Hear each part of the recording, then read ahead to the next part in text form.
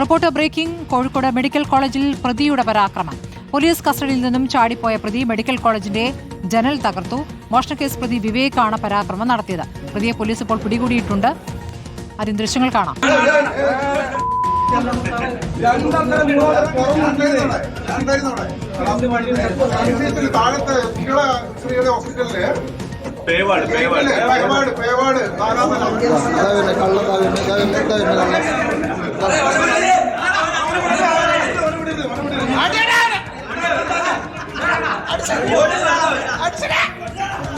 Sarath S S വിവരങ്ങളുമായ Sarath, ഇപ്പോൾ പ്രതി അവിടെ നിന്ന് രക്ഷപ്പെടാൻ ശ്രമിക്കുകയായിരുന്നു, ജനൽ തകർക്കുകയൊക്കെ ചെയ്തിരിക്കുന്നു. എന്താണ് സംഭവം? സ്മൃതി, അതായത് ഇന്ന് പുലർച്ചെയാണ് ഈ സംഭവം നടക്കുന്നത്. കോഴിക്കോട് മെഡിക്കൽ കോളേജ് പോലീസിന്റെ കസ്റ്റഡിയിലായിരുന്നു ഈ പ്രതി വിവേക് ഉണ്ടായിരുന്നത്. നേരത്തെ ഒരു മോഷണം നടത്തിയതുമായി ബന്ധപ്പെട്ടാണ് പെരുവണ്ണ സ്വദേശി വിവേകിനെ മെഡിക്കൽ കോളേജ് പോലീസ് കസ്റ്റഡിയിലെടുക്കുന്നത്. പിന്നാലെ പുലർച്ചെ ഈ വിവേക് പോലീസ് സ്റ്റേഷനിൽ നിന്ന് ചാടി രക്ഷപ്പെടുകയുണ്ടായത്. ചാടി രക്ഷപ്പെടുന്നത് തൊട്ടിപ്പുറമുള്ള മെഡിക്കൽ കോളേജിലേക്കാണ്. ആദ്യം മെഡിക്കൽ കോളേജിന്റെ ഈ മതിൽ ചാടി കടക്കുന്നു. പിന്നാലെ തൊട്ടിപ്പുറം കാണുന്ന ഈ നീല കെട്ടിടം, ഈ കെട്ടിടത്തിന്റെ അതായത് പേവാടാണ്, ഈ പേവാടിനകത്തേക്ക് ഈ കെട്ടിടത്തിന് മുകളിലേക്ക് കയറുകയും 4ാം നിലയിലെ ചില്ല് തകർത്ത് അകത്തേക്ക് കയറുകയുമാണ് ഉണ്ടായത്. അങ്ങനെ നാട്ടുകാരും ഈ രോഗികളുടെ ഒക്കെ തന്നെ കാത്തിരിപ്പുകാരുമായിട്ടുള്ള ആളുകളൊക്കെ തന്നെ ഇവിടെ ഉണ്ടായിരുന്നു.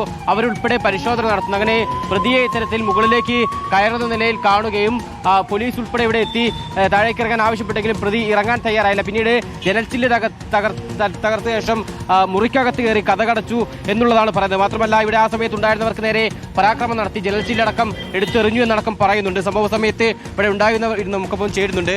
എന്താണ് ശരിക്കും സംഭവം? വെളുപ്പിന് ഒരു 3:45 ഉണ്ടാവും. ബഹളം കേട്ടാണ് ഞങ്ങളിവിടെ വരുന്നത്.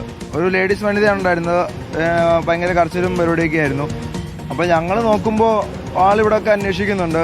അപ്പോൾ കോമ്പൗണ്ടിലുണ്ടെന്ന് പറഞ്ഞു. അപ്പോൾ ലേഡീസ് വനിത പറഞ്ഞു ഹെൽപ്പ് ചെയ്യണം. ഞങ്ങൾ ഹെൽപ്പ് ചെയ്തു.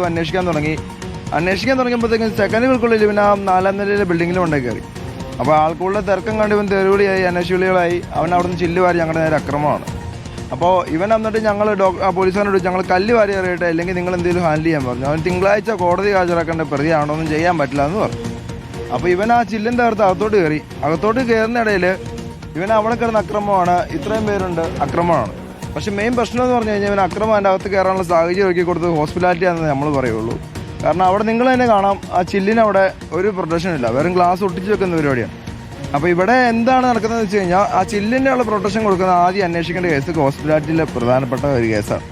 അതായത് ഈ പറയുന്നത് പോലെ ഈ മെഡിക്കൽ കോളേജിലെ പേവാർഡിലെ 4ാം നിലയിലേക്കാണ് പ്രതി കയറുന്നത്. അങ്ങനെ കയറിപ്പോകാൻ അവിടെ ഈ ചില്ലിന്റെ ജനലാണ്. അങ്ങനെ അത് തകർത്ത് എളുപ്പം അകത്തേക്ക് കയറി എന്നുള്ളതാണ്. ദൃശ്യങ്ങൾ തന്നെ വ്യക്തമാണ്. ആ ഗ്ലാസ് നിലവിൽ അവിടെ ഇല്ല. അതുൾപ്പെടെ തകർത്ത് ഈ പിടികൂടാൻ വന്നെത്തിയ രോഗികളുടെ കൂട്ടിരിപ്പുകാരും ഒപ്പം നാട്ടുകാരും അടക്കമുള്ള ആളുകൾക്ക് നേരെ എറിയുകയാണ് ഉണ്ടായത്. പോലീസ് അടക്കം ആ സമയത്ത് നിസ്സഹായരായി നോക്കി നിൽക്കുന്നു എന്നുള്ളതാണ് പറയുന്നത്. എന്തായാലും പ്രതിയെ പിടികൂടിയിട്ടുണ്ട്. പെരുവണ്ണ സ്വദേശി വിവേകാണ്. നേരത്തെ ഒരു ഓട്ടോ മോഷ്ടിച്ച കേസിലാണ് ഈ മെഡിക്കൽ കോളേജ് പോലീസ് പ്രതിയെ കസ്റ്റഡിയിലെടുക്കുന്നത്.